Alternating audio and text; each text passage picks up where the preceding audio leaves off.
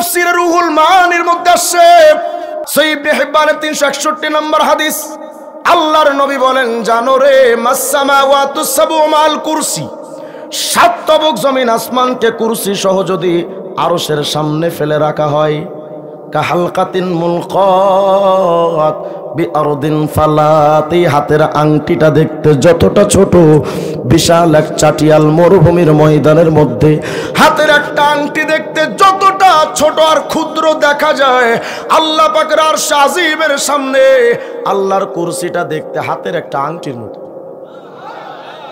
আল্লাহর আরশটা কত বড়, সুবহানাল্লাহ। আসতে বলেন আপনারা।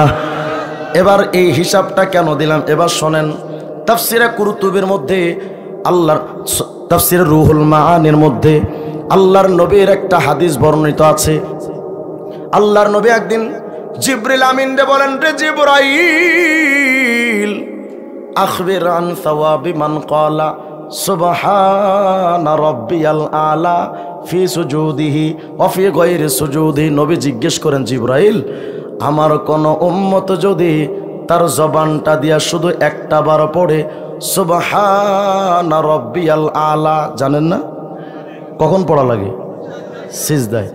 এই তসবিহটা যদি একটা বার আমার কোন উম্মত পড়ে রে জিবরাইল, আমার এই উম্মতের আমল নামায় কতগুলো নেকি হয় বলো না। হযরতে জিবরাইল বলেন, ইয়া রাসূলুল্লাহ, খুশি হয়ে যাবেন। আল্লাহু আকবার বলেন। মা মিন মুমিন ওয়ালা মুমিনা ইয়াকুলুহা ফি সুজুদিহি আও ফি গায়রি সুজুদিহি।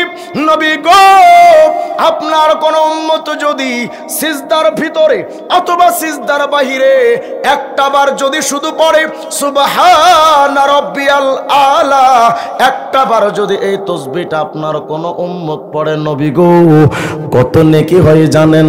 ইল্লা কানাত লাহু ফি মিজানিহি আসকালু মিনাল আরশ ওয়াল কুরসি ওয়া জিবালিদ দুনিয়া। নবী গো, পৃথিবীর সকল পাহাড়গুলোর যদি একত্রিত কইরা মিজানের একটা পাল্লাই যদি রাখা হয়, পৃথিবীর পাহাড় নয়, আল্লাহ পাকের কুরসিটাও যদি ওই পাল্লাটাই রাখা হয়, শুধু পাহাড় আর কুরসি নয়, নবী গো, আল্লাহর বিরাট আরশে আজিমটাকে ধইরা যদি মিজানের পাল্লাটাই রাখা হয়, আর এক পাল্লাই সুবহানা রাব্বিয়াল আলা একবার পড়ার নেকি যদি রাখা হয়, ইয়া রাসূলুল্লাহ, নবী গো, বিরাট ওই মিজানের পাল্লাই আল্লাহ পাকের আরশ আর কুরসি পৃথিবীর পাহাড় লইয়া ওই মিজানের পাল্লাটা উপরে উঠে যাবে একবার সুবহানা রাব্বিয়াল আলা পড়ার। পৃথিবীতে কেউ স্থায়ী হয় না, হোক না সে মহাবীর কিবা নমরুদ, কেউ ভবে চিরকাল রয় না। পৃথিবীতে কেউ স্থায়ী হয় না, ফিরআউন শেষ তাক ছিল না, মৃত্যু তাকেও ছেড়ে দিল না। সব রাজা মহারাজা আর মহাবীর, সব রাজা মহারাজা আর মহাবীর, কেউ ভবে চিরকাল রয় না। পৃথিবীতে কেউ স্থায়ী হয় না, হোক না সে মহাবীর কিবা হাসিনা, কেউ ভবে চিরকাল রবে না। গলা ছেড়ে কণ্ঠ ছেড়ে আওয়াজ করে সমবেত কণ্ঠে উচ্চ আওয়াজে একসাথে বলেন, আল্লাহু আকবার।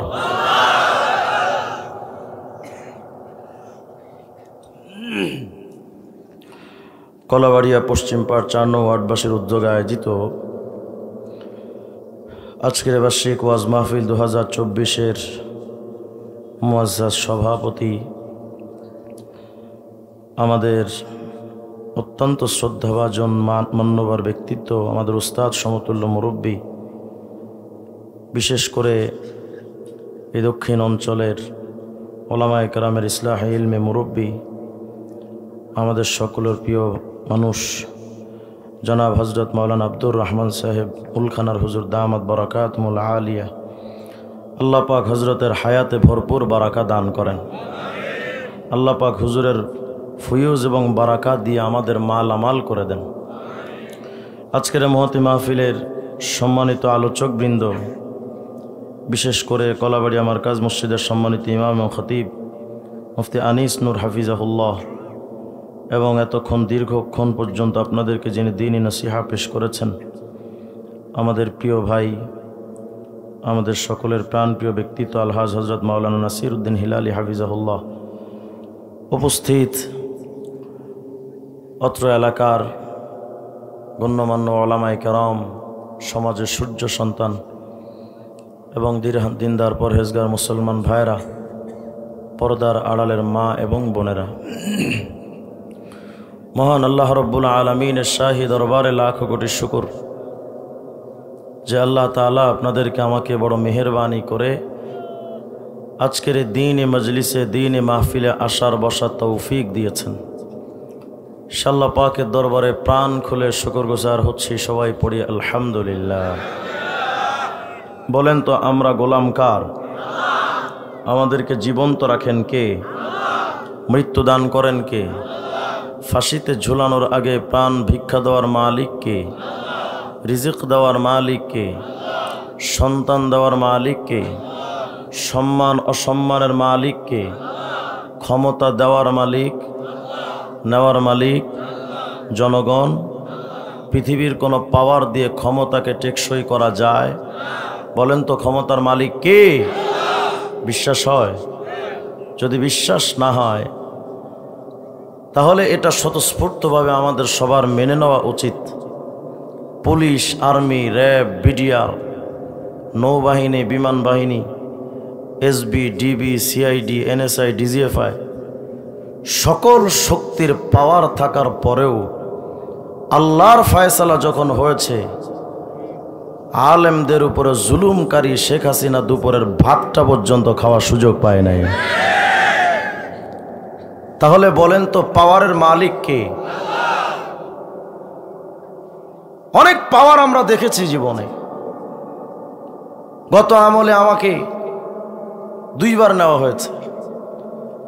একবার তো আমাকে নিয়ে 2 দিন গুম করে দিল। আমি ব্যক্তিগত আলোচনা করার জন্য আসছি, শুধু 2-1টি বিষয় আপনাদের না বললেই নয়, কারণ 16 বছর যে জুলুম সহ্য করেছি তার কিছু আলোচনা তো হওয়া দরকার। প্রথম 2 দিন আমাকে গুম করে দিল। আমি কোথায় আমি নিজেও জানি না, আমার পরিবার তো দূরের কথা। দিন রাত সমান, কখন জোহর আর কখন ফজর পড়েছে এক আল্লাহ জানেন। শুধু ধারণা করে পড়তাম যে এখন জোহরের সময়, এখন আসরের সময়। পরের বার মামলা খেলাম, আমার উস্তাজ মুহতারাম বাংলাদেশের জিন্দা শাহজালাল আল্লামা মামুনুল হক দামাত বারাকাতুম হজরতের মামলার সাথে আমার মামলা এক মামলাই। বাইতুল মুকাররমের সামনে ককটেল মেরেছে। 116 জনের লিস্ট হলো, আমি 51 নম্বর। 19 জন বক্তাদের নিষিদ্ধ করা হলো, আমি 14 নম্বর।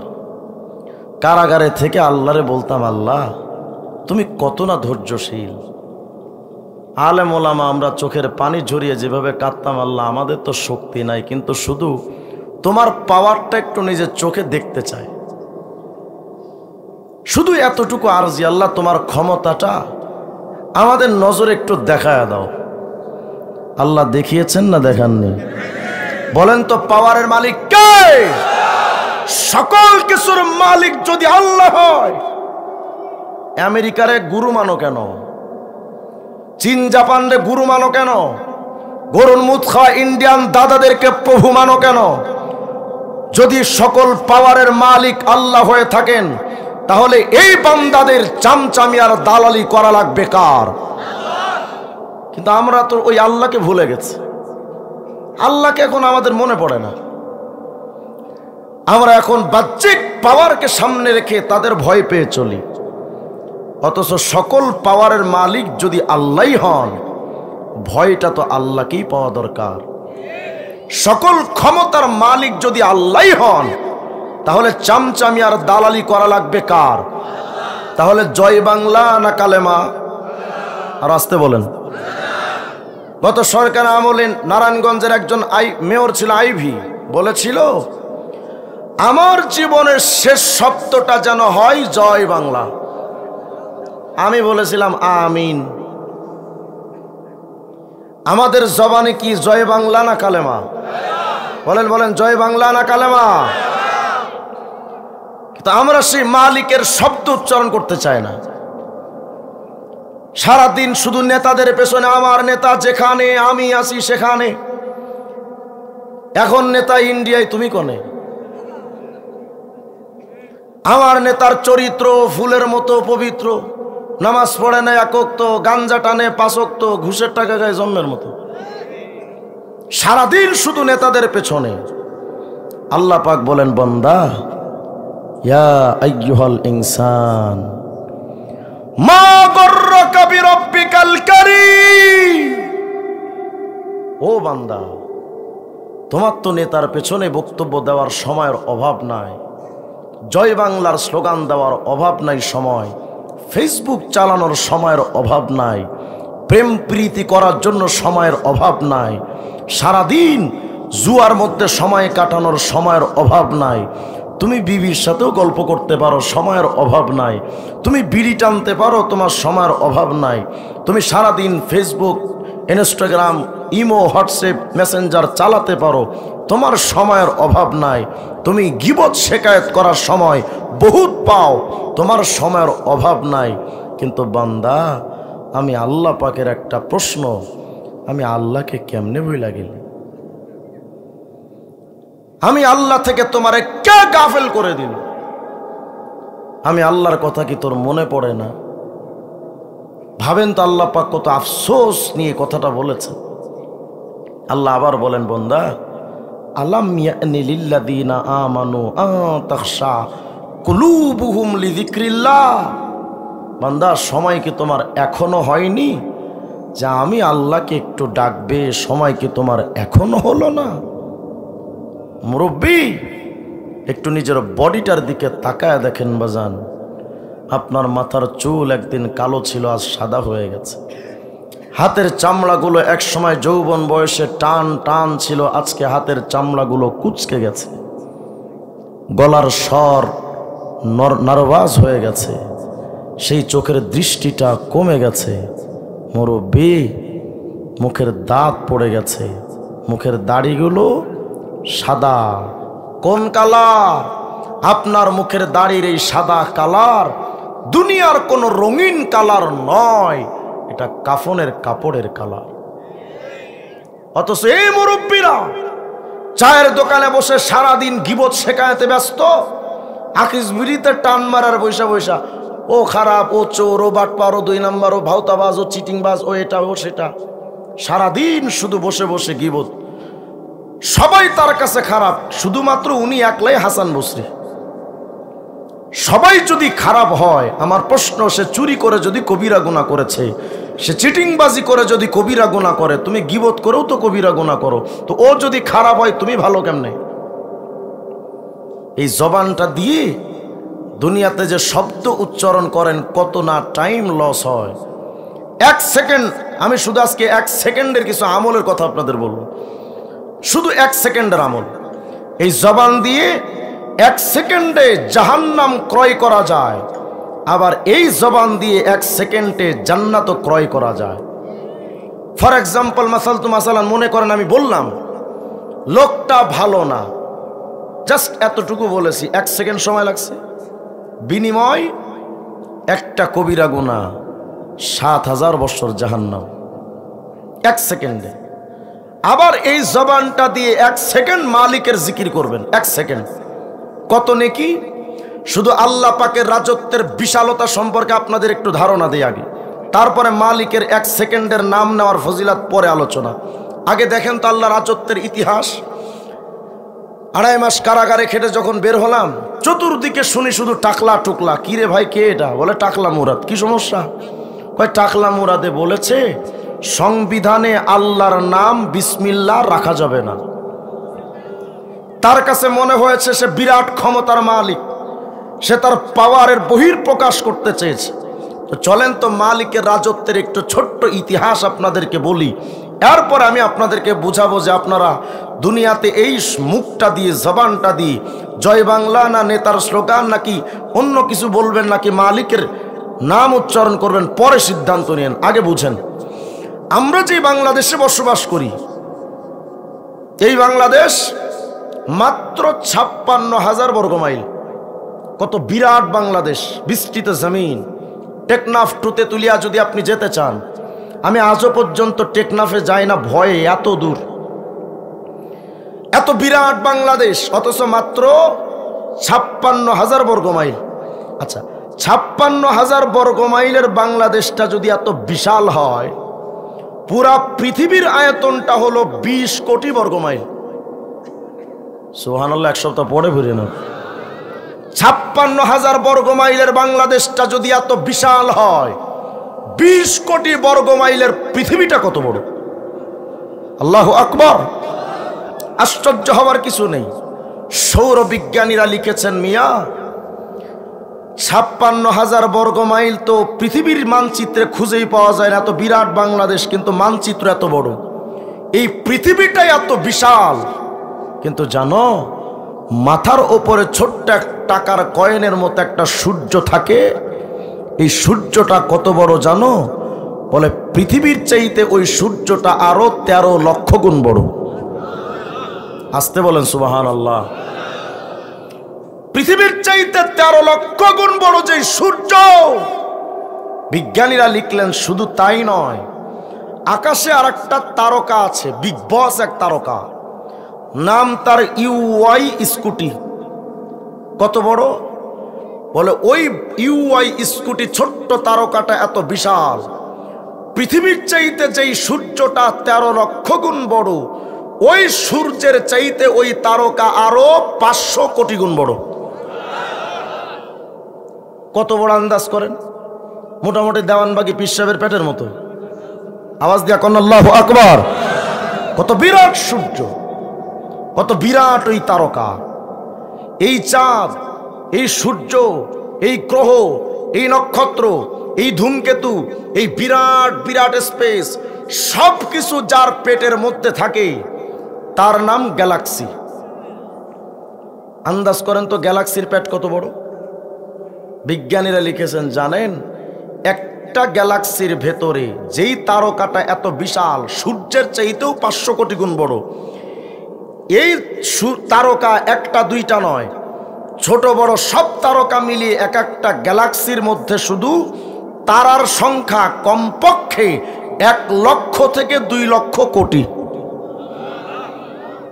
গ্যালাক্সি কত বড়? এত বিরাট বিরাট গ্যালাক্সি, 15,000 কোটি গ্যালাক্সি যার পেটে থাকে তার নাম গ্যালাক্সি গুচ্ছ। ওটা কত বড়? সুবহানাল্লাহ বলবেন না আপনারা? মনে গ্যালাক্সি গুচ্ছ কত বড়? আল্লাহর নাম তো চান্দু সংবিধানে রাখতে চায় না। আল্লাহ রাজত্বের পরিধি বিস্তৃত, সেই এরিয়ার কথাটা ভাবেন। শুধু তাই নয়, এত বিরাট বিরাট গ্যালাক্সি গুচ্ছ যার পেটের মধ্যে থাকে তার নাম মহাগ্যালাক্সি। একটা মহাগ্যালাক্সির মধ্যে অন্তত গ্যালাক্সি গুচ্ছের সংখ্যা কমপক্ষে 15,000 কোটি। মহাগ্যালাক্সি কত বড়? এগুলো ভাই আমাকে মোল্লাদের কথা না, যে হুজুর বলতেছে এটা বিশ্বাস করা আছে, এটা আপনাদের সায়েন্টিস্টদের কথা। যদি মাথা খারাপ বলতে ওদেরকে কোন। এত বিরাট মহাগ্যালাক্সি মহাশূন্যে ভেসে আছে, এই সব কিছু থাকে প্রথম আসমানের নিচে। প্রথম আসমানটা কত বড়? সুবহানাল্লাহ বলেন। এ তো একটা আসমান, আপনার আমার মালিকের এমন 7টা আসমান আছে। এ তো বিশালতা বললাম। এবার দেখেন তো জমিন থেকে আসমান কত দূর, আগে এটা বুঝেন তারপরে অন্য কথা। জমিন থেকে আসমান কত দূরে যদি বিজ্ঞানীদের জিজ্ঞেস করেন, তারা বলবে যে ভাই আসমান টাসমান কোথায় আজও পর্যন্ত জানি টানি না, নবমণ্ডলের কিছু তথ্য দিতে পারি। কি পারেন বলেন? বলে দেখো, আলো 1 সেকেন্ডে 3 লক্ষ কিলোমিটার দূরে যেতে পারে। আলো প্রতি সেকেন্ডে কত কিলো? 3 লক্ষ কিলোমিটার। এখান থেকে ঢাকার দূরত্ব কত? 250, 300, আচ্ছা 300 ধরেন। এখান থেকে ঢাকার দূরত্ব 300 কিলোমিটার। 300 কিলোমিটারের ঢাকা যদি এত দূর হয়, 3 লক্ষ কিলোমিটার কত দূর? আলো 1 সেকেন্ডে 3 লক্ষ কিলোমিটার দূরে যেতে পারে। এমন দ্রুতগামী আলো যদি আসমানে যেতে চায়, ওটার হিসাব পরে নবমণ্ডলের নিচে কিছু জগৎ আছে। যেমন সূর্যটা আমাদের পৃথিবীর জমিন থেকে 15 কোটি 14 লক্ষ কিলোমিটার দূর। 15 কোটি 14 লক্ষ কিলোমিটার দূরে সূর্য। এত দূরে সূর্যের আলো পৃথিবীতে যে আসে, সময় লাগে মাত্র আলোর জন্য 8 মিনিট 20 সেকেন্ড। ভাবেন, 8 মিনিট 20 সেকেন্ডে যেই আলো 15 কোটি 14 লক্ষ কিলোমিটার পাড়ি দিতে পারে, এমন দ্রুতগামী আলো যদি 1 বৎসর দৌড়ায় তো কত দূর যাবে? বিজ্ঞান বলে, জানো,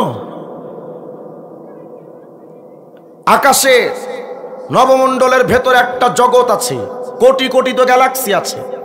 এর মধ্যে একটা গ্যালাক্সির নাম অ্যান্ড্রোমিডা। কত দূর? বলে যেই আলো প্রতি সেকেন্ডে 3 লক্ষ কিলোমিটার দূরে যেতে পারে, এমন দ্রুতগামী আলো যদি অ্যান্ড্রোমিডা ছায়াপথ থেকে পৃথিবীর জমিনে আসতে চায়, সময় লাগবে অন্তত আলোর গতিতেও 25 লক্ষ বছর। কত দূর সেটা? এখন আমি আসমান পাইনি। গত কিছুদিন আগে নাসার বিজ্ঞানীরা নতুন একটা তথ্য দিলেন। পৃথিবীর সবচেয়ে দূরে অবস্থিত এক নক্ষত্রের সন্ধান তারা পেয়েছেন। কি নাম? বলে পোশাকি নাম ইকারাস। কত দূর? বলে ইকারাসের আলো যদি পৃথিবীতে আসতে চায়, আলো প্রতি সেকেন্ডে 3 লক্ষ কিলোমিটার, তবুও ইকারাসের আলো পৃথিবীতে আসতে সময় লাগবে অন্তত 900 কোটি বছর। সুবহানাল্লাহ, আসতে বললেন আপনারা। আর একটা তথ্য শোনেন, বিজ্ঞানীরা লিখেছেন আকাশে অনেক জগৎ আছে, এর মধ্যে একটা জগতের নাম গ্লোবুলার নক্ষত্রপুঞ্জ। আমি শুধু আসমানের বিশালতা, দূরত্ব বুঝাচ্ছি, আসমান কোথায় আর আসমান কত বড়। বিজ্ঞানীরা লিখলেন গ্লোবুলার নক্ষত্রপুঞ্জের আলো যদি পৃথিবীতে পৌঁছাতে চায়, 900 কোটি বৎসর তো পরে, 1000 কোটি বৎসর তো পরে। গ্লোবুলার নক্ষত্রপুঞ্জ এত দূর, তার আলো পৃথিবীতে এসে পৌঁছাতে সময় লাগবে মিনিমাম 12,400 কোটি বছর।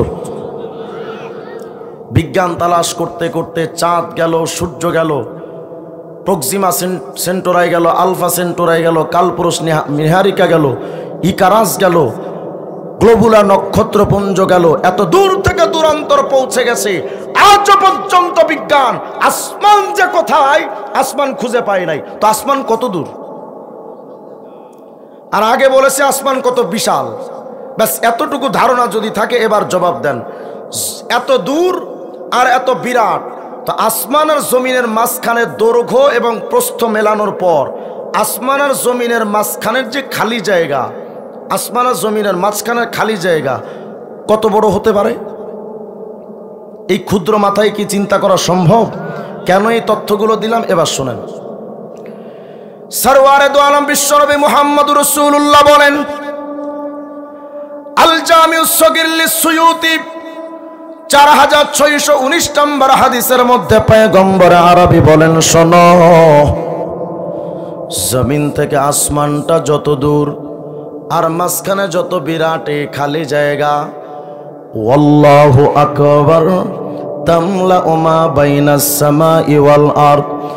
আল্লাহর নবী মুহাম্মদুর রাসূলুল্লাহ সাল্লাল্লাহু আলাইহি ওয়াসাল্লাম বলেন, জমিন থেকে আসমানটা যত দূর আর মাঝখানে যত বিরাট এই খালি জায়গা, আমার কোন উম্মত যদি তার জবানটা দিয়া শুধু 1 মিনিট 1 সেকেন্ড সময় নিয়ে শুধু একটা বার আল্লাহু আকবারের জিকির যদি করে, আল্লাহু আকবার, নবী আমার বলেন জমিন আসমানের মাঝের টোটাল এই খালি জায়গাটা নেকি দ্বারা ভরে যায়।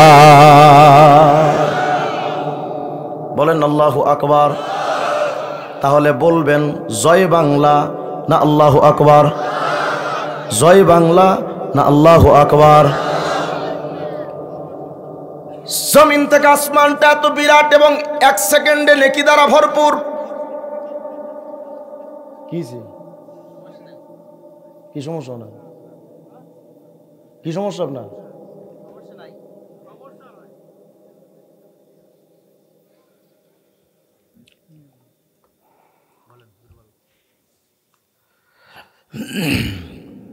কি কষ্ট হচ্ছে আপনার?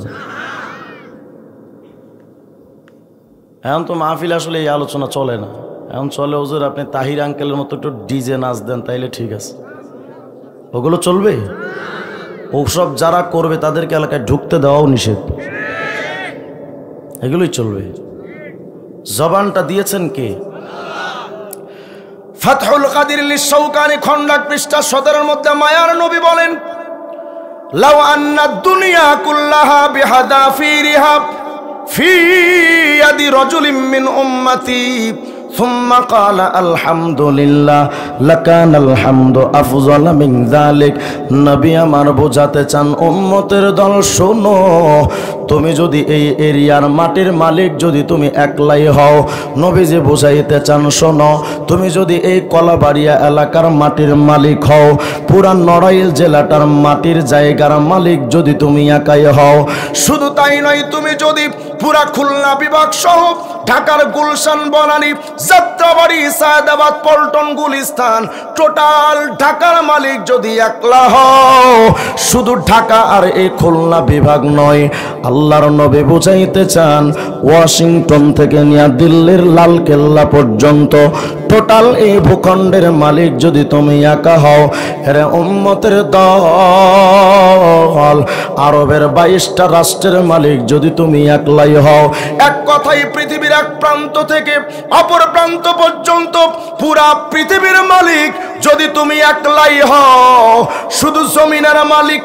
নয়, জমিনের নিচে যত সম্পত্তি আছে না কেন, স্বর্ণের খনি, রূপার খনি, হীরার খনি, ডায়মন্ডের খনি, তেলের খনি, গ্যাসের খনি বা কয়লার খনি, সমস্ত খনিজ পদার্থের মালিক যদি তুমি একা হও, শুধু তাই নয়, এরা উম্মত শোনো, জমিনের উপরে যত গাড়ি, যত বাড়ি, যত মিল কলকারখানা, যত টাকা, রুপি, রিয়াল, দিনার বা দিরহাম অথবা ডলার, এক কথায় পুরা পৃথিবীর সমস্ত কিছুর মালিক যদি নবীজি বুঝাইতে চান, আমার কোন উম্মত যদি পুরা পৃথিবীর মালিক যদি হয়, এই পুরা পৃথিবীটা বিক্রি করলে যত দাম, আমার একজন উম্মত যদি একবার শুধু জবানটা দিয়া কয় আলহামদুলিল্লাহ, পুরা দুনিয়াটা বিক্রি করলে যত দাম, একবার আলহামদুলিল্লাহ বললে তার চাইতে বেশি মূল্যবান।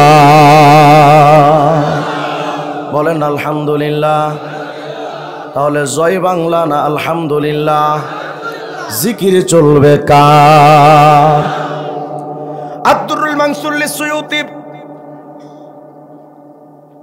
আল্লাহ পাকের নবীর সাহাবী আব্দুল্লাহ ইবনে আব্বাস বলেন, ইমাম সুয়ুতি তার কিতাব আদ-দুররুল মানসুরের মধ্যে লিখেছেন, জমিন থেকে আসমানটা যত দূর, রাইসুল মুফাসসিরিন হযরত আব্দুল্লাহ ইবনে আব্বাস বলেন, জানো রে, গিলাজু কুল্লি আরদিন 500 আম ওয়া বাইনা কুল্লি আরদিন ইলা আরদিন 500 আম। জমিন থেকে আসমানটা যত দূর, ওই আসমানের ছাদ আবার এত বড় মোটা। সুবহানাল্লাহ বলে না? প্রথম আসমানের ওপর থেকে নিয়ে দ্বিতীয় জমিনের মাঝখানে এমন খালি জায়গা, দ্বিতীয় জমিনটাও এমন মোটা। এভাবে করে আল্লাহ পাকের সৃষ্টি 7টা জমিন, জমিন থেকে আসমান যত দূর 7টা জমিন এমন মোটা, 7টা আসমান এমন মোটা, 7টা জমিন টু আসমান, আসমান টু জমিন এমন খালি জায়গা। এক তবক জমিন আসমান যদি এত বড় হয়, 7 তবক জমিন আসমান পুরাটা কত বড়? আল্লাহু আকবার, আসতে বলেন আপনারা। এখন আপনি প্রশ্ন করতে পারেন, হুজুর 7 তবক জমিন আসমান যদি এত বিশাল হয়, আমি চান্দু, আমার তো অস্তিত্বই না, আমি এতটা ছোট, কথা কয় না? তাহলে অহংকার করেন কেন? কি দাম্ভিকতা আপনি দেখান বলেন, কিসের বড়াই দেখান? সাতবক জমিন আসমান তো দূরে থাক, সামান্য বিমানে উঠলেই তোমার নিচে খুঁজে পাওয়া যায় না, তুমি এতটা ছোট।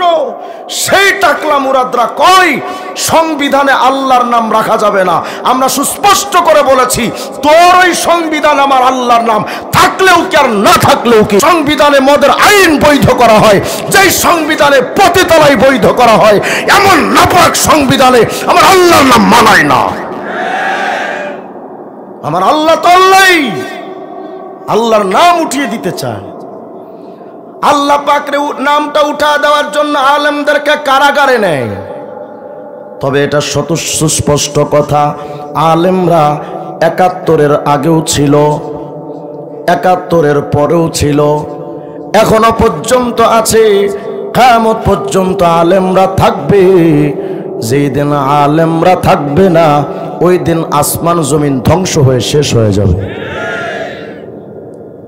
২০১৩ সালে সাবেক স্বৈরাচার সরকার একজন অবৈধ মন্ত্রী বলেছিল, হেফাজতিরা কই, নবী প্রেমিকরা কই, 10 মিনিটে তো ময়দান খালি। রাতে আমাদেরকে অস্ত্রের ঝনঝনানি দিয়ে আমাদেরকে বিতাড়িত করলো। দাম্ভিকতার সাথে মিডিয়ার সামনে বলেছিল, হেফাজতিরা কই, 10 মিনিটে তো ময়দান খালি। আজকে আমরা এই দীর্ঘ 10টা বছর অপেক্ষায় ছিলাম শুধু তার প্রশ্নের জবাব দেওয়ার জন্য। আলেমরা কোথায় আজ আসো দেখে যাও, মামুনুল হকরা কোথায় আসো দেখে যাও। আলেমরা আছে, মাহফিলে আছে, মঞ্চে আছে, মাদ্রাসা আছে, মসজিদে আছে, খানকায় আছে, বাংলাদেশের প্রতিটা ইঞ্চি মাটির রঞ্জে রঞ্জে আলেমরা আছে। ও স্বৈরাচার তোরা কোথায়? তোমাদের তো আজকে বারণ দিলেও খুঁজে পাওয়া যায় না। আল্লাহ পাকের জমিনে আল্লাহ পাকের মহব্বতের বান্দারাই টিকবে, কোন জালেম টিকতে পারে না। জমিনের মালিক কে? সাতবক জমিন আসমানের মালিক বলেন নাকি? ওই আল্লাহর নামটা উঠায় দেওয়া সম্ভব? গত কিছুদিন আগে দেখলাম এক বুদ্ধিজীবী বলে আজানে শব্দ দূষণ হয়, মানে এলাকায় যেমন ভাইরাস ছড়ালে একটা দূষণ সৃষ্টি হয়, আজানের আওয়াজ দিয়ে শব্দ দূষণ হয়। আমি বললাম ওই লোকটা সবচেয়ে বড় দূষিত, কথা কয় না? এই বাংলাদেশে ৩১ বাংলাদেশের প্রত্যেকটা ইংরেজি মাসের শেষ তারিখ রাত্রে নিউ ইয়ার সমস্ত প্রোগ্রামগুলো হতে পারে ওপেন, বড় বড় বক্স বাজিয়ে ডিজে পার্টি হতে পারে, তখন সমস্যা নাই। পহেলা সমস্ত বাংলাদেশের প্রত্যেকটা পহেলা দিবস যেগুলো পালন হয় সেগুলো হতে পারে, স্বাধীনতা দিবস পালন হয়, বড় বড় আওয়াজ দিয়ে বক্স দিয়ে সমাজে শব্দ উচ্চ আওয়াজ দিয়ে মসজিদের মুসল্লিদের ডিস্টার্ব পর্যন্ত করা হয়, তখন তোমাদের সমস্যা হয় না। আজান নিয়ে তোমরা প্রশ্ন তুলবা, জুতা পিড়ে করে সাইজ করা দরকার।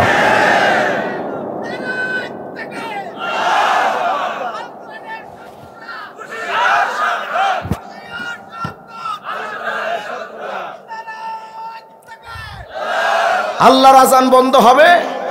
আমাদের পক্ষে খুদা, কণ্ঠে খুদা, খুদাই খুদা, ও নামের তাসবিহ কালাম বন্ধ করে কোন সে শালা।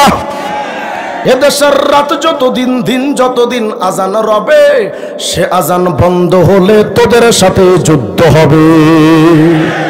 আল্লাহর আওয়াজ বন্ধ করা সম্ভব? এরা মনে করে হুজুররা আরে তো বোকা, মাইন্ডসেটটা খায়, তোর বাপেরটা কয়দিন খায় হুজুররা কম জালেম, বরং হুজুরদেরটা তোরা মেরে খাস, কথা হয় না? আলেমরা মসজিদে মাদ্রাসায় চাকরি করে, 24 ঘন্টা ডিউটি, কত টাকা বেতন দেস? 5,000 টাকার বেতন দিয়ে আবার কস হুজুররা তোদের টাকায় কপাল পোড়া। 24 ঘন্টা ডিউটি করলে তোর মসজিদের ইমামে অন্তত 50,000 টাকা দেওয়ার দরকার ছিল, 5,000 টাকা দিয়ে আরো 45,000 টাকা তোরা চুরি করছস। আলেমদেরকে এমন শব্দে তোমরা আহত করতে চাও, হুজুর আলেমরা তো ধর্ম ব্যবসা করে।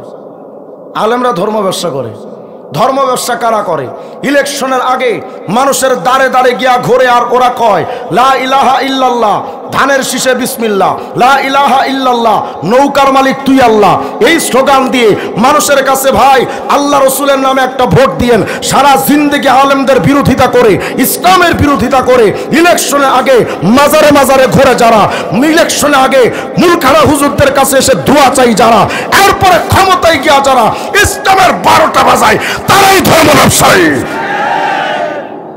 কোন আলেমদের নিয়ে প্রশ্ন করো তোমরা? জমিন আসমানের মালিক যেহেতু আল্লাহ, ওই আল্লাহর কথা বলনে ওয়ালারাই আখেরে টিকে থাকবে, আর কেউ থাকবে।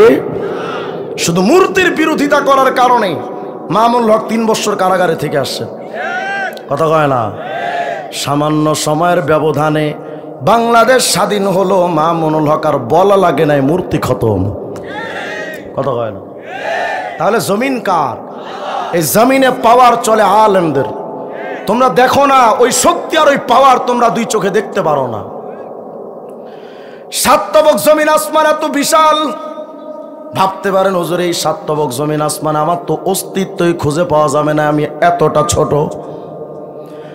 আল্লাহর নবী বলেন না না, আল মুস্তাদরাক আলা সহিহাইন লিল হাকিম 155 নম্বর হাদিসের মধ্যে মায়ার নবী বলেন, শোনো, ফা ইন্নাস সামাওয়াতি ওয়াল আরদা ওয়া মা ফীহিন্না লাউ উদিয়াত ফি কিফাতিল মিজান ওয়া উদিয়াত লা ইলাহা ইল্লাল্লাহ ফিল কিফাতিল উখরা কানাত আরজাহা মিনহুমা। নবী আমার বলেন, শোনো, 7 তবক জমিন আসমানটা যত বড় হোক না কেন, এই 7 তবক জমিন আসমানটা লইয়া যদি মিজানের একটা পাল্লাই রাখো, আর জবান দিয়া যদি শুধু একটা বার কও লা ইলাহা ইল্লাল্লাহ, এই একটা বার কালেমাটা পড়বা, 7 তবক জমিন আসমান রে একটা পাল্লাই রাখো, আর একবার কালেমে তৈয়বার জিকিরের নেকিটা আর এক পাল্লাই রাখো। নবী আমার বলেন, 7 তবক জমিন আসমানের পাল্লাটা হালকা, তোমার একবার কালেমার জিকিরের নেকির পাল্লাটা ভারী হয়ে যাবে। জিকির হবে কার? তাহলে জয় বাংলা না কালেমা? জয় বাংলা না কালেমা? এবার চলেন আরেকটা বর্ণনা। ইবনে কুদামা হাম্বলি রহিমাহুল্লাহর কিতাব জামিউল উলুম আল হিকাম খণ্ড 2 পৃষ্ঠা 18, আল্লাহর নবী সালমান আল ফারসি বলেন, জানো 7 তবক জমিন আসমান এত বড়, আল্লাহর মিজানের পাল্লা কত বড় জানো? ফালাউ জিনা ফিহিস সামাওয়াতু ওয়াল আরদু লাওয়াসিআত। আরে 7 তবক জমিন আসমান একত্রিত কইরা যদি মিজানের পাল্লাই রাখা হয়, 7 তবক জমিন আসমান ঢুকে যাবে, কিন্তু মিজানের পাল্লার একটা পাল্লারও পেট ভরবে না। রাস্তাগান সুবহানাল্লাহ। এখন তো মহা মুশকিলে পড়ে গেছে, হুজুর এত বড় যদি মিজানের পাল্লা হয়, আমি চান্দুর নেকি যদি ঢুকানো হয় তো খুঁজেই পাওয়া যাবে না।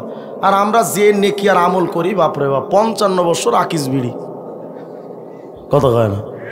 এরপরে কোনো রকম একটু তাবলিগ চিল্লায় গিয়া একটু কোনো রকম নেকি অর্জন করে, বাস এই তো। এই নেকি যদি মিজানের পাল্লাই রাখা হয় খুঁজে পাওয়া যাবে, তাহলে আমল কইরা লাভ কি? তাফসীরে রুহুল মানির মধ্যে সৈয়দ মাহমুদ বাগদাদি আলুসি রাহিমাহুল্লাহ লিখলেন, খণ্ড 17 পৃষ্ঠা 54 বর্ণনা, আল্লাহর নবী হযরত দাউদ একদিন আল্লাহকে বলেন, ও রব, ইয়া ইলাহি মানিল্লাযী ইয়াকদিরু আইয়ামলা কিফাতাহু হাসানাত। আল্লাহ, 7 তবক জমিন আসমান দিলেও যে মিজানে পাল্লাটা ভরে না, এমন কোন নেককার আছে যার নেকি দিলে মিজানের পাল্লা ভরে যাবে? এমন নেককার তো আল্লাহ আমি খুঁজা টুইজা পাই না। এত বড় নেককার কে? আমাদের নবী বলেন, এমন বড় নেককার কে আছে জানো? আল জামিউ সগীর লিসুয়ুতি 4619 নম্বর হাদিস, নবী বলেন, ওয়া সুবহানাল্লাহ তামলাউ নিসফাল মিজান। আমার কোন উম্মত যদি 1 সেকেন্ড সময় লইয়া শুধু একটা বার যদি কয় সুবহানাল্লাহ, একটা বার যদি কয়, নবী আমার বলেন 7 তবক জমিন আসমান দিলে যেই মিজানের পাল্লাটা ভরে না, একবার সুবহানাল্লাহ যদি কও, পুরা মিজানের পাল্লার অর্ধেকটা পাল্লা নেকি দ্বারা ভরে যায়। বলেন না সুবহানাল্লাহ? আবার বলেন। বলতে পারেন হুজুর পাল্লা তো অর্ধেকটা ভরেছে, পুরাটা তো ভরে নাই।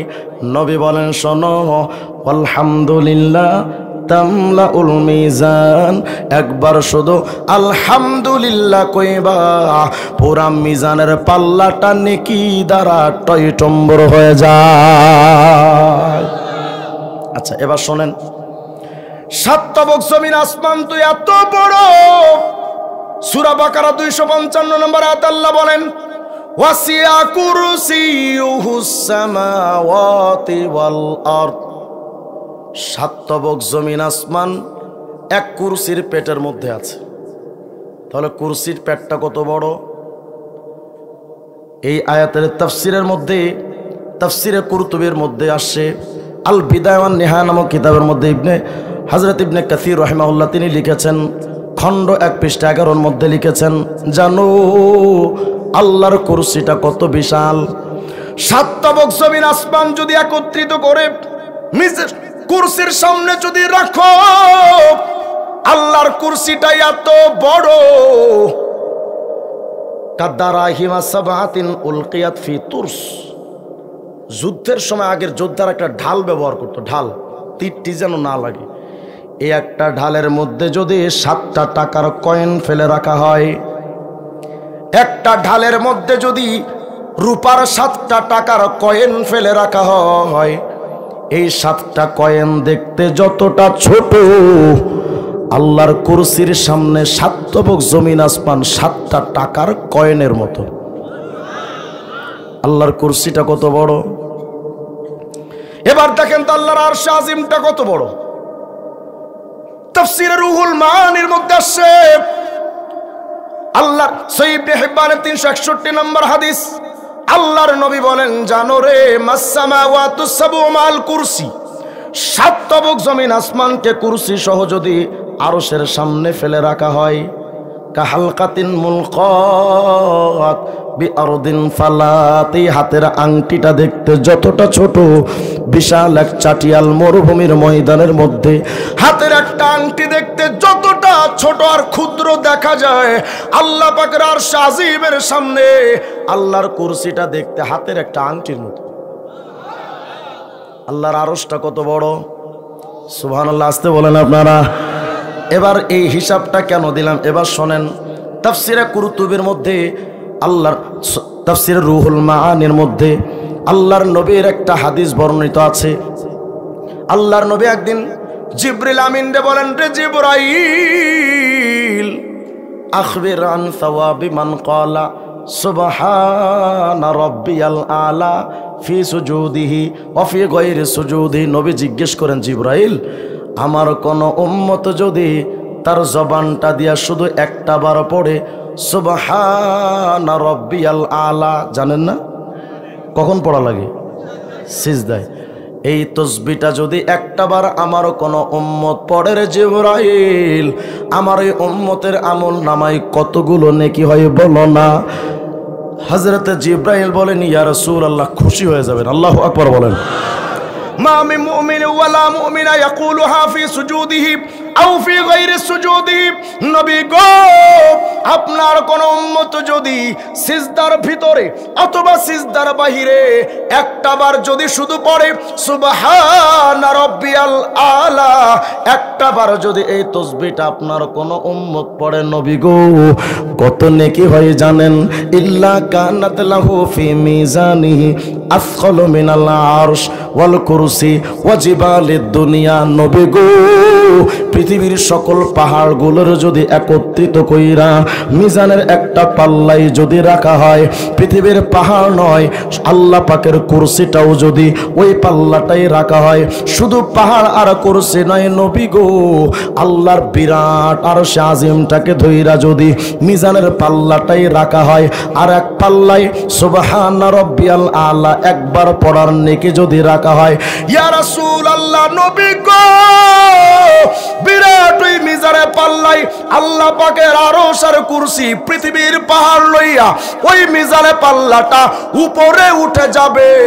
একবার সুবহানা রাব্বিয়াল আলা পড়ার নেকের মিজানের পাল্লাটা ভারী। বলেন না সুবহানা রাব্বিয়াল আলা। কয় মিনিট লাগছে? কয় মিনিট? 1 মিনিট লাগছে? 1 সেকেন্ডও তো লাগে নাই। একবার বিড়িতে টান দিতে মুরব্বি বাজান বলেন কত সময় লাগে? যদি খোর হয় বিড়ি খোর, বিড়ি যখন টান দেয় দেখবেন চাপা চুপা ভাঙ্গা পুরা হিরো আলম ফেল। কথা কয় না? এই একবার বিড়িতে টান দিয়ে যত সময় ব্যয় হয় এর মধ্যে 3 বার পড়া যায় সুবহান রাব্বিয়াল আলা। কথা কয় না? জবান দিয়ে একবার তুমি শুধু কইবা অমুক লোকটা ভালো না, 1 সেকেন্ড কত নেকি? কত নেকি? নেকি হবে? বরং কি হবে শোনেন, সহিহ মুসলিমের মধ্যে হাদিস, পয়গম্বর আরবি বলেন মারারতু বিকওমিন লাহুম আসফারুম মিন নুহাস, আমি নবী মেরাজে যে রাত্রে যাচ্ছিলাম ওই রাত্রে একটা সম্প্রদায়ের পাশ দিয়ে যাচ্ছিলাম, কিছু লোকজন একসাথে, আমি তাদের পাশ দিয়ে যাচ্ছিলাম। কি বিরক্ত হচ্ছেন নাকি আপনারা? বিরক্ত হলে কোয়েন। আল্লাহর নবী বলেন মেরাজের রাতে আমি মায়ার নবী যখন যাচ্ছি তাকা দেখি পাশ দিয়া কিছু লোক তারা বসে আছে, তারা কাজে ব্যস্ত। কি কাজ? লাহুম আসফারুম মিন নুহাস, তাদের হাতের মধ্যে জাহান্নামের হিংস্র পশুর মতো এত বড় বড় নখ আছে। ওই নখগুলো দিয়া ইয়াখমিশুনা উজুহাহুম ওয়া সুদুরহুম, ওই লোকগুলো তাদের নখগুলো দিয়া মুখের মাংস গোশত রক্তগুলো এভাবে ছিটতেছিল, বুকের মধ্যে এভাবে তাদের গোশত রক্তগুলো এভাবে টেনে টেনে ছিটতেছিল। ওয়া ফি রাওয়ায়াতিন ইয়াকুলুনাল জিফ, আর এক বর্ণনায় আসছে একটা সম্প্রদায়ের পাশ দিয়ে নবী যাচ্ছিলেন, তারা মরা পশুর গোশতগুলো ছিঁড়ে ছিঁড়ে খাচ্ছিল। মায়ার নবী জিজ্ঞেস করেন জিবরাইল রে, মান হাউলা ইয়া জিবরাইল, ওগো জিবরাইল এই লোকগুলো কারা? আল্লাহর নবী বলেন ইয়া রাসূলুল্লাহ হাউলাই আল্লাযীনা ইয়াকুলুনা লুহুমান নাস ওয়া ইয়াকাউনা ফি আরাদিহিম, নবী এই লোকগুলো হলো তারা দুনিয়াতে বসে গীবত করত, যারা একজনের ইজ্জতের উপরে হামলা করত, যারা এরা তারা। এখন যদি মানুষ গীবত এখন গুনাহ মনে হয় না, গীবত এখন এমন হয়ে গেছে এটা গুনাহই না। যদি বলা হয় ভাই তুমি লোকটা নিয়ে এখন গীবত করো, খা কয় হে করতে পারলে সমস্যা না, আমি কইলে সমস্যা? হ্যাঁ আপনি বললেও সমস্যা, ইসলামে বলাও নিষেধ। কথা হয় না?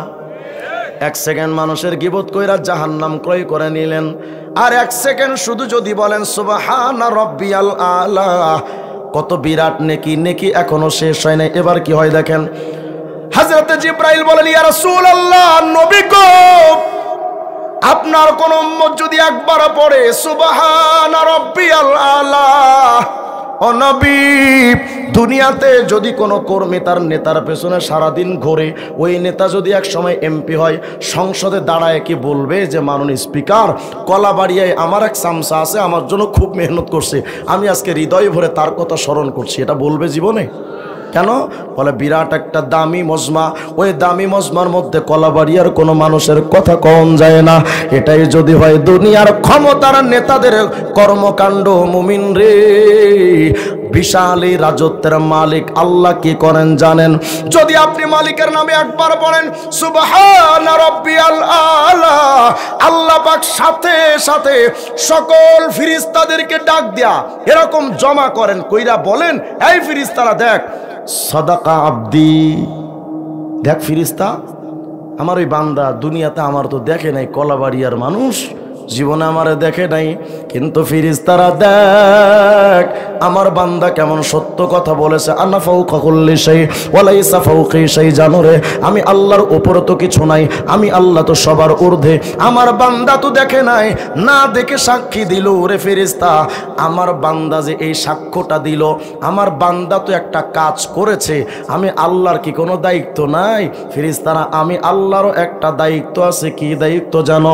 ইশহাদু ইয়া মালাইকাতি আন্নী কদ গফারতু লিআবদি, ফেরেশতারা তোমরা সাক্ষী থাকো আমার এই বান্দার জিন্দেগীর গুনাহ আমি আল্লাহ মাফ করে দিলাম।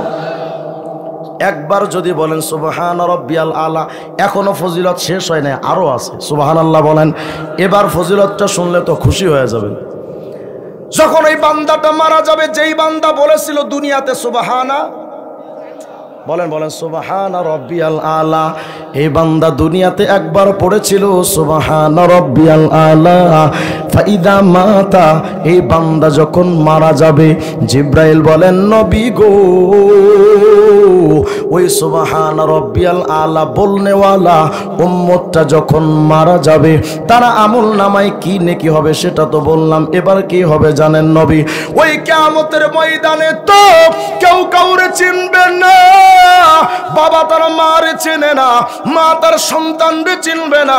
এমনকি নবী ঈসা বলেন আল-ইয়াউমা লা আসআলুহু ইল্লা নাফসি লা আসআলুহু মারইয়ামা আল্লাতী ওয়ালাদাতনি। আমি ঈসা পয়গম্বর কিয়ামতে কাউরে চিনব না, শুধু আমি নিজের বেলায় কইব আল্লাহ আমারে বাঁচান, আমারে বাঁচান। আমি আমার মায়ের ব্যাপারেও বলবো না, শুধু বলবো আল্লাহ আমারে বাঁচান। আউয়ালু মা ইয়াফিররু মিন বানিহি নূহ, কিয়ামতে নূহ আলাইহিস সালাম নিজের সন্তানকে যখন দেখবে একটা দৌড় দিয়া পালাবেন, কে আমার সন্তান, আমি কাউরে চিনি না। আউয়ালু মা ইয়াফিররু মিন আবিহি ইব্রাহিম, নিজের সন্তান নিজের বাবা ইব্রাহিম, হযরত ইব্রাহিম নিজের বাবা আজরকে দেইখা দৌড় দিবেন, কে আমার বাপ, আমি কাউরে চিনি না। ওই কিয়ামতের ময়দানে কেউ যখন কাউরে চিনবে না, হযরত জিবরাইল বলেন ইয়া রাসূলুল্লাহ, আপনার কোন উম্মত যদি দুনিয়াতে শুধু একটা বার পড়ে সুবহানা রাব্বিয়াল আলা, ওই বান্দা যখন মারা যাবে, জারাহু মিকাইল কুল্লা ইয়াউমিল কিয়ামা, ওই বান্দার কিয়ামতে যখন কেউ আপন রবে না, ওই সময় আল্লাহর ফেরেশতা মিকাইল ওই বান্দার সাথে দেখা করতে যাবে। কি ভাবতেছেন দেখা কইরা দৌড় দিয়া পালাবে নাকি? না না, হযরত জিবরাইল বলেন ইয়া রাসূলুল্লাহ, জিবরাইল ওই লোকটার সাথে দেখা কইরা হামালাহু আলা জানাহিহি, নিজের ডানার উপর উঠায় নিবে। নিয়া কি করবে জানেন? এভাবে উঠায় নিয়ে ফায়ুকিফুহু বাইনা ইয়াদাইল্লাহ, আল্লাহর সামনে দাঁড় করায় দেবে। আস্তে কোন সুবহানাল্লাহ। আল্লাহর সামনে দাঁড় করায় দিবে, দেয়া বলবে ইয়া রব শাফিনি ফি, ও আল্লাহ তোমারই বান্দা দুনিয়ায় একবার পড়েছিল সুবহানা রাব্বিয়াল আলা। মিকাইল কেন করবে এটার ব্যাপারে বিস্তারিত এক ঘটনা আছে। তিনি একদিন আরশে আজিম ঘুরে দেখার জন্য দৌড় দিয়েছেন, কুল কিনারা পান নাই, পরে প্রথম পড়েছিলেন সুবহানা রাব্বিয়াল আলা। এই তাসবিহটা সর্বপ্রথম পড়েছিলেন হযরত মিকাইল আলাইহিস সালাম।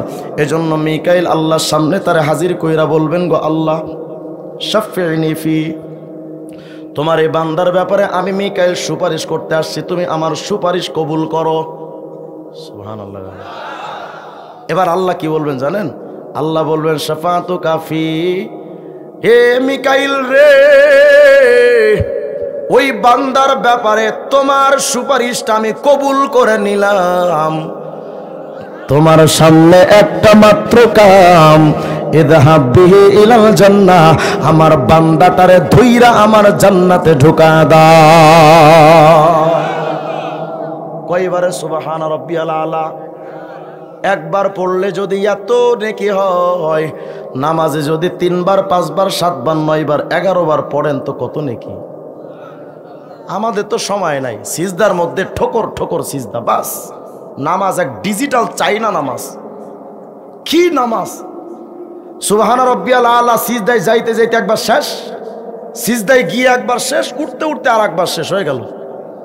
এটা আমাদের নামাজ? অথচ আমাদের নবী বলেছেন সল্লু কামা রাআইতুমুনি উসাল্লি, যেভাবে আমি নবী নামাজ পড়ি তেমন নামাজ পড়ো। কেমন ছিল নবীর নামাজ? আম্মা জান আয়েশা সিদ্দিকা বলেন লা তাসআল আন হুসনিহিন্না ওয়া তুলিহিন্না, আমার স্বামী মুহাম্মদ আরবির নামাজের সৌন্দর্য দীর্ঘতা ও সাহাবীরা আমায় আয়েশারে জিগায়ও না, ওই নামাজ এত দীর্ঘ ছিল, এত সুন্দর ছিল, আমি আয়েশা তার বর্ণনা দিতে পারবো না, এত চমৎকার নামাজ ছিল। আর আমাদের নামাজ 4 রাকাত নামাজ 1.5 মিনিট, কথা কয় না। আর নামাজ কি পড়ে মাশাআল্লাহ। মাঝে মধ্যে দেখি 2-1টা মুরব্বী নামাজে দাঁড়ায় এমন থাকে, এমন থাকে, আছে না?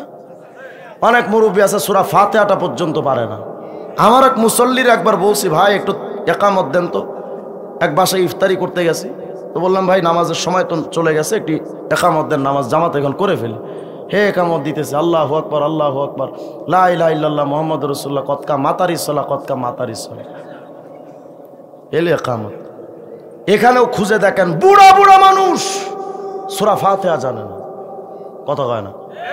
যদি তবলিগ জামাতের দাওয়াত দেওয়া হয়, ভাই চলেন না 3 দিন এক চিল্লা জামাতে যায়, হুজুর আর একটু সময় যাক না, মানে ঠাড়া বইরা মরবে, কবরে যাবে, তারপরে জীবন চিল্লা দিবে। কথা কয় না? নাউযুবিল্লাহি মিন যালিক। আল্লাহ আমাদেরকে হিদায়াত দান করেন। ভাইরা, শেষ একটি কথা, রাত গভীর হয়ে গেছে, শেষ একটি কথা আপনাদের সামনে আরজ করতে চাই। বাড়ি যাবেন না এখান থেকে? যাবেন তো? যখন বাড়ির দিকে যাবেন, দুয়ার পরে রাস্তার 2টা পাশে একটু তাকায় দেখেন তো, নিঝুম অন্ধকার বাঁশবাগানে একা একা কত কাল ধরে কত লাশ পড়ে আছে, ওদের দেখার মতো কেউ নাই। মুরব্বী, আজকের দিনটাতেও তো কাফনের ফ্যাক্টরি থেকে অনেক কাফন বের হয়েছে না? কথা কয় না? অনেক কাফনের ফ্যাক্টরি থেকে কাফন বের হয় হতে হতে একদিন আপনার আমার কাফন হুট করে বের হয়ে যাবে, আপনার আমার খবর থাকবে না। কাফনের ফ্যাক্টরি থেকে অনেক কাফন গাড়িতে উঠে, কোনো গাড়ি চট্টগ্রাম, কোনো গাড়ি খুলনা, কোনোটা যশোর, কোনোটা রাজশাহী, কোনোটা রংপুর রওনা। আপনাদের এই কলাবাড়িয়াতেও, এই নড়াইলের ভেতরেও, এই নড়াগাতিতেও, এই 13 খাদাতেও অনেক কাফন চলে আসছে, আসে নাই? আচ্ছা, ওই কাফন কি সৌদি আরব কারোর জন্য আসছে? কার জন্য আসছে? হতে তো পারে আপনার জন্য আসছে, আমাদের না, হতে তো পারে আমার জন্য আসছে। তার কবে মালিকে জিকির করবেন বলেন আমার? আর কবে সময় হবে আপনার? আর কবে মালিকের জিকির নিয়ে সময়টা ব্যয় করবেন আমাকে বলেন? আর কবে মুরব্বী বিড়িটা ছাড়বেন আপনি? মালাকুল মউত, আল্লামা জালালউদ্দিন সুয়ুতী রাহিমাহুল্লাহ তার কিতাবের মধ্যে লিখছেন, মালাকুল মউত প্রতিদিন প্রতিটা মানুষের চেহারার দিকে 3 বার 5 বার 7 বার করে তাকায়। যদি তাকায়া দেখে হায়াত নাই, জানটা কবজ কইরা তার রূহটা অন্য ফিরিস্তাদের কাছে দিয়া দেয়, হয়তো ইল্লিগিন, নয়তো সিজ্জিন, কিন্তু মালাকুল মউত যায় না, ঘরে দাঁড়ায়া থাকে। ঘরের চৌকাঠের উপরে দাঁড়ায়া মালাকুল মউত তাকায়া দেখে কত মানুষ কাঁদে, বাবা কাঁদে, মা কাঁদে, সন্তান, আত্মীয় স্বজন, কত মানুষ কাঁদে। মালাকুল মউত দাঁড়ায়া কয়, এই বাবা, সন্তানের জন্য কেন কাঁদিস? এই মা, সন্তানের জন্য কেন কাঁদিস? আমি মালাকুল মউতের দোষটা কি? আমি তো তার রিজিক খাই নাই, আমি তো তার হায়াত বরবাদ করে দেই নাই, আমি তো তার কোনো ক্ষতি করি নাই।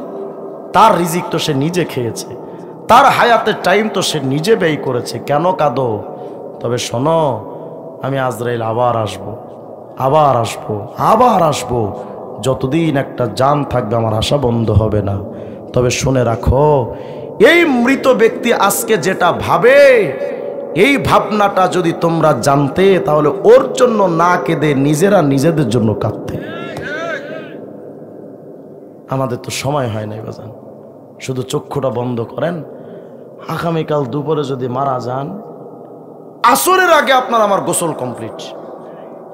যত মহব্বতের মানুষ হন না কেন, আপনি আসরের আগে গোসল কমপ্লিট, আসরের পর জানাজা, সন্ধ্যার একটু আগে বা পরে ওই ভয়ঙ্কর অন্ধকার কবরে আপনার আমার জীবনের শেষ ঠিকানা। বিশ্বাস করেন, এই রাত 12টার সময় যদি কবর থেকে চিৎকার দিয়ে ডাকেন, আব্বু আমারে বাঁচান, আম্মু আমারে বাঁচান, ঘরের পাশে কবর, চিল্লায় ডাকবেন, কিন্তু ঘরের মানুষ আপনার কবরের পাশে যাবে, কেউ যাবে না।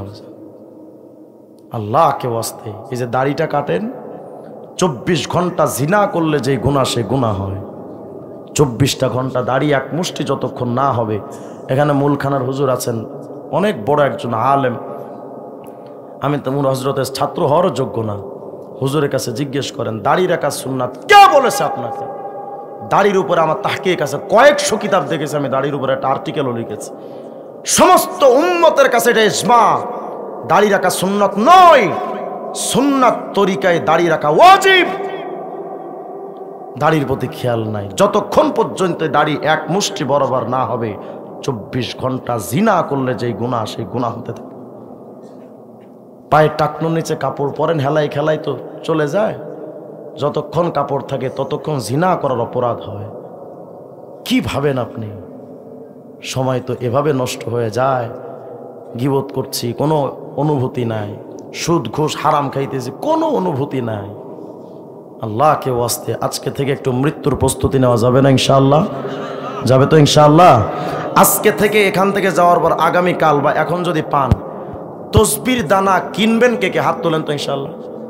তসবির দানা, মাশা, হাত নামা। যদি তসবি হাতে নিতে লজ্জা করে, রাখবো তো ইনশাআল্লাহ। দাড়ি কাটবেন না কে কে? হাত তোলেন তো ইনশাআল্লাহ। সবাই তো হাত তোলেন, নামান। যাদের দাড়ি আছে তারাও উঠেছেন। যাদের দাড়ি নাই, যুবক ভাইরা, এখানে অনেক বাবা এমন বসে আছে যেই বাবা নিজের সন্তানকে কাফন পরিয়ে নিজে কবরে রেখে আসে। নাই? যদি না থাকে তো ব্যাস আমার দিকে তাকান। আমার বাড়ি তো আপনাদের যশোর কেশবপুরে, যদিও থাকি ঢাকাতে। কেশবপুরে আমার সন্তান একটা শুয়ে আছে, আমি নিজের সন্তানকে নিজে দাফন করেছি। কারাগারে যাওয়ার মাত্র 15 দিন আগে আমার নিজের বাচ্চাকে আমি নিজে দাফন করেছি। আমার একটা ভাতিজাকে আমি দাফন করেছি। ভাইরা, কার কখন হায়াতের টাইম শেষ হয়ে যায় কেউ বলতে পারি না। কক্সবাজার, চকরিয়া, ফাঁসিয়াখালী গেছি মাহফিলে। পরের দিন বাইতুল মোকাররমের খতিব মুফতি আব্দুল মালিক সাহেব হুজুরের বাবা, শাহরাস্তি খেড়িয়ার মাদ্রাসার মোহতামি হুজুর, ওই মাদ্রাসা আমার মাহফিল। পরের দিন সকালবেলা মোবাইলে ফোন, হুজুর গতকাল কক্সবাজারে যে মাহফিল করেছেন, প্রধান আয়োজক যুবকদের প্রধান কমিটির যুবক যে সকালে অ্যাক্সিডেন্টে মারা গেছে। এই তো জীবন। 16 সালের 17 ডিসেম্বর মাহফিলে গিয়েছিলাম ইন্ডিয়া, ত্রিপুরা, বড় নারায়ণপুরে। সকালে আসবো, মৃত্যুর সংবাদ এলান, শোক সংবাদ। কে বলে, হুজুর আপনার সামনে বৈশা বয়ান শুনছে, সকালবেলা আর ঘুম থেকে ওঠে না। এই তো জিন্দেগি। তো যুবক ভাইরা, আল্লাহ রসুল বলেছেন কবর তো কাউকে চিনবে না। সাদ ইবনে মুয়াজকেই চেনে নাই। কোন সাদ ইবনে মুয়াজ রাদিয়াল্লাহু আনহু? যিনি ইন্তেকালের পরে আল্লাহর ফিরিস্তা জিবরিল আমিন আসছেন, রসুল ওই যুবকটাকে, মান হাদা শাব আল আব্দুস সালেহ, এই নেককার ব্যক্তিকে যার মৃত্যুতে ইহতাজ্জাল আরশ, আল্লাহর আরশ কেঁপে উঠেছে। এত বড় নেককার ব্যক্তিকে যার জানাজায় শরীক হতে 70,000 ফিরিস্তা নাজিল হয়েছে। আল্লাহ রসুল বলেছেন, সাদ ইবনে মুয়াজের মা, কেন কাঁদো? তোমার সন্তান তো এমন ভাগ্যবান যার দিকে তাকায় আমার আল্লাহ সর্বপ্রথম হেসেছেন। এই সাহাবী সাদ ইবনে মুয়াজ কবরে নামাইছে নবী আলাইহিস সালাম কবর উপরে বসে চিৎকার দিয়ে বলে উঠছেন, সুবহানাল্লাহ, সুবহানাল্লাহ। সাহাবীরা বললেন, নবী এমন ভাবে আওয়াজ দিলেন যে? নবী বলেন, জানো আমার সাদ ইবনে মুয়াজকে যখন কবরে রাখছে, তো কবরের দুই পাশের মাটি এভাবে চাপ দিতে আসছে। আয়েশা যখন দেখছেন নেক আমল ভালো, তো আবার কবরে মাটি চাপ দেয় নাই, সরে গেছে। কবর যদি কারোর জন্য পক্ষপাতিত্ব করত, আমার সাদ ইবনে মুয়াজের দিকে কবর সম্মান দেখাতো। কবর কারো সঙ্গী হবে না, সবার জন্য সমান। আজকে থেকে কবরের জন্য একটু প্রস্তুতি নেওয়া যাবে না ইনশাআল্লাহ? পৃথিবীর সবচেয়ে উত্তম ওয়াজ হলো কবর নিয়ে, মৃত্যু নিয়ে চিন্তা করা। উত্তম ওয়াজ। এত বক্তার কাছে যায় যে ঘন্টার পর ঘন্টা বসে থাকার, এটা বড় ওয়াজ না। সবচাইতে বড় ওয়াজ প্রতিদিন কয়েকবার করে, পারলে 70 বার, 100 বার মৃত্যুর কথা চিন্তা করবেন। বারবার মৃত্যুর কথা চিন্তা করবেন, দেখবেন হেদায়েতের জন্য এটাই যথেষ্ট। পারবো না ইনশাআল্লাহ? আল্লাহ আমার ভাইদেরকে তৌফিক দান করেন, এই মাহফিলটাকে আল্লাহ পাক কবুল করেন। একটি বিষয় না ক্লিয়ার করলেই নয়। যেহেতু কলাবাড়িয়া আসছি, এটা কালিয়ার মধ্যে না? কালিয়ার মধ্যে বর্ণালে আমার আগামী 5 তারিখ না 12 তারিখে বর্ণালে একটা প্রোগ্রাম আমার রাখা ছিল। যেহেতু বিষয়টা নিয়ে এদিকে একটা ধূম্রজাল সৃষ্টি হয়েছে, তারাও এই মাহফিল কর্তৃপক্ষের কাছে এসে আমাকে হেনস্থা করার জন্য টার্গেট নিয়েছিলেন। বিষয়টা ক্লিয়ার হওয়া উচিত। এখান থেকে 1.5 থেকে 2 মাস আগে তারা বলেছে যে রমজানে আমাকে দাওয়াত দিয়েছে। আমার জানা নাই যে রমজানে তারা আমার দাওয়াত দিয়েছে। আমি হজের থেকে আসার অনেক পরে তারা আমাকে দাওয়াত দিয়েছে। 1.5-2 মাস হবে না মাহবুব ভাই? গাড়ির কাছে 1.5 থেকে 2 মাস আগে তারা আমাকে সম্ভবত দাওয়াত দিয়েছে। আর একটু বেশিও হতে পারে, 3 মাস 4 মাস ধরেন। দেওয়ার পরে আমার যিনি আজকে সফরসঙ্গী হিসেবে আসছেন, যশোরের বিডিআর হুজুরের ছেলে, এক দাওরা হাদিস মাসার মুহতামিম উনি আমার খাদেমও না, চামচাও না, উনি আমার বন্ধু মানুষ, আমার আত্মার বন্ধু। যে কারণে এই অঞ্চলে মাহফিলগুলো অধিকাংশ ওনার মাধ্যমে আমি রাখি। কারণ আমি এদিকে যদিও আমার বাড়ি কেশবপুরে, কিন্তু আমি ছোটোবেলা থেকে ঢাকা, বাড়ি টাড়ি সব ঢাকা, আমি এদিকে আসা হয় না, যে কারণে আমি অনেক অঞ্চল চিনিও না, চিনলেও মানুষের সাথে এরকম সম্পর্ক নাই। তো উনি প্রোগ্রাম রাখে, উনি প্রোগ্রামটা রাখছেন, রাখার পরে তারা নাকি আমাকে 5,000 টাকা দিয়েছে, যদি আমার ডায়েরিতে লেখাও ছিল না, আমার মনেও নাই। তো ওনারা তার আমার সাথে যোগাযোগ করে না। আমি মাহবুব ভাইকে কিছুদিন আগে, মাসখানেক আগে আমি ফোন দিলাম যে ওনারা তো প্রোগ্রাম নিয়েছে, ওনারা কি যোগাযোগ রাখে? আমার বলছে কোন জায়গায়? বললো বর্ণাল। বলে না, তারা তো আমার সাথে যোগাযোগ করে নাই, অনেক দিন হয়ে গেছে যোগাযোগ করে নাই। তার এটা হয়তো মিস্টেক হয়েছে, বর্ণাল বলতে এরা যদি যোগাযোগ করেও থাকে, বর্ণাল এরাই যে এভাবে, উনি হয়তো ধারণায় ছিল না। যাই হোক, আমাকে বলেছে যেটা, যে তারা তো অনেকদিন আমার সাথে যোগাযোগ করে নাই। তো স্বাভাবিক প্রক্রিয়ায় সরকার পতনের পর সকল মাহফিলগুলো উলট পালট হয়ে গেছে। কারণ হলো, আগে কমিটি ছিল আওয়ামী লীগ, এখন হয়ে গেছে বিএনপি। তো আওয়ামী লীগরা যে বক্তারে দাওয়াত দিয়েছিল, বিএনপির ওই বক্তারা নিচ্ছে না, কথা কয় না। তারা যেভাবে মাহফিল মেনটেন করেছিল ওইভাবে মাহফিল হচ্ছে না। যাই হোক, যেহেতু দীর্ঘদিন যোগাযোগ হয়নি, আমার সাথে কথা হয়নি, তো আমি প্রোগ্রামটা কুমিল্লাতে, ওই দিন আমার 3টা প্রোগ্রাম, আর গুরুত্বটা কুমিল্লার দিকে দিয়েছে। এই জন্য আমি যে হেজবুত তাওহীদ নিয়ে কাজ করি, হেজবুত তাওহীদের সেলিমের বাড়ির পাশে আমার শেষ মাহফিল, সোনাইমুড়ি পুরকরা এলাকায়। তো যে কারণে প্রোগ্রামটা আমার ওই দিকে সেটিং হয়ে গেছে, বাদ মাগরিব একটা, বাদ এসে একটা, শেষে একটা, সেটিং করা। ওনারা হুট করে আমাকে ফোন দিলেন, দেওয়ার পর আমি বললাম, ভাই আমার তো ডায়েরিতে দেখা যাচ্ছে যে 3টা প্রোগ্রাম আমার নেওয়া অন্য দিকে। যাই হোক, তখন তারা আমাকে বললেন যে হুজুর, আমরা তো এইভাবে আপনাকে দাওয়াত করেছি, 5,000 টাকাও দিয়েছি। আচ্ছা, আমি তখন তাদেরকে বললাম যে দেখেন, যেহেতু একটা উলটপাট হয়ে গেছে, এটা আমি মিডিয়ার সামনেও বলছি, যার সাথে কথা হয়েছে তার কাছেও এটা বলেছে, আমি যদি মিথ্যা বলি তো উনি আমাকে মিথ্যুক হিসেবে জানবেন। যে কারণে আমি কারো কাছে মিথ্যুক হয়ে পরিচিত হয়ে কিয়ামত উঠে আমার দ্বারা সম্ভব না। যেটা সত্য এটাই বলছি। বিশেষ করে আমি কারো পক্ষপাতিত্ব নিয়ে, কারো দালালি, চামচামি বা কারো খুশি করার জন্য, এটা আমার মেজাজ না। আমি আমার গতিতে চলি, যেটা হক মনে করি, যেটা আমাদের বুজুর্গানের দিন হক বলেছেন, এটার উপর চলতে গিয়ে যত তুফান আসতে পারে আমি পরোয়া করি না। যেহেতু তারা এটা শুনবেন, তাদের কাছেও বিষয়টা স্পষ্ট হওয়া দরকার। উনি আমার ফোন দেওয়ার পরে আমি ওনাকে বললাম যে দেখেন, বিষয়টা একটু উলটপাট হয়ে গেছে, তা আপনারা যদি চান আমি একটা প্রোগ্রাম আর একটা ডেট আমি একটু আকপিস করে দিতে পারি। 13 খাদার মুফতি হাবিবুর রহমান সাহেব ওলামা পরিষদের ফোন দিলেন, ওনার কাছে আপনারা জিজ্ঞেস করে নিন। আমি ওনাকে বলেছি, হুজুর আমার 12 তারিখটা একটু ঝামেলা হয়ে গেছে, আমি কয়েকদিন আগায় 1 তারিখটা আমার কুমিল্লাতে 3টা প্রোগ্রাম দাও, আমার এক ছাত্রর, আমি তাদের কাছ থেকে ছুটি নিয়েছি যে আমার এই প্রোগ্রামটা খালি করে দাও। যারা আমার ছাত্র না তাদের কাছ থেকে তো ছুটি নেওয়া যায় না, আমার ছাত্র হিসেবে তাদের কাছে ছুটি নিয়ে বলছি প্রোগ্রাম আমি তোমার চেঞ্জ করে অন্য ডেট দিচ্ছি, আমার একটা ডেটে আগে দিতে হবে, ঝামেলা হয়ে গেছে। কারে বলেছি সেটাও আপনাদেরকে বলে দিই। পাশে আজকে একটা মাহফিল হচ্ছে, ওখানে দ্বিতীয় বক্তা মাসুম বিল্লাহ, আমার ছাত্র, ওকে আমি বলেছি, ওর প্রোগ্রাম দেওয়া ছিল, আমি ওই প্রোগ্রামটা ক্যান্সেল করছি শুধু এদেরকে দেওয়ার জন্য। পরে শুনলাম ওনাদের অবস্থা হলো, হ্যাঁ হুজুর মাহফিল আমাদেরটা অন্য জায়গায় দিয়ে ফেলছি, এই হুজুরে দিয়ে মাহফিল করবই না, কন্ট্রাক্ট কোনো বক্তা আনবো না। আল্লাহকে সাক্ষী রেখে বলছে, আমি তাদেরকে একবারও এ কথা বলি নাই যে আমাকে এত টাকা দিতে হবে। এটা আল্লাহকে সাক্ষী রেখে কসম 1000 কোটি, ওয়াল্লাহি বিল্লাহি তাল্লাহি ওয়াল্লাহি ওয়া রাব্বিল কাবা, একবারের জন্য আমি বলি না, পৃথিবীর কাউকে আমি বলি না যে আমাকে এত টাকা দিতে হবে। হ্যাঁ আমি শুনি, ভাই আমাকে কত দিবেন এটা বলে নিতে হবে, কারণ আমি এখান থেকে ঢাকা থেকে একটা গাড়ি নিয়ে যাব, আপনি আমারে বিড়ি খাওয়ার জন্য 250 টাকা ধরাই দিবেন, এটা তো হয় না। এই জন্য আপনারা কি দিবেন সক্ষমতাটা আমি শুনে রাখি।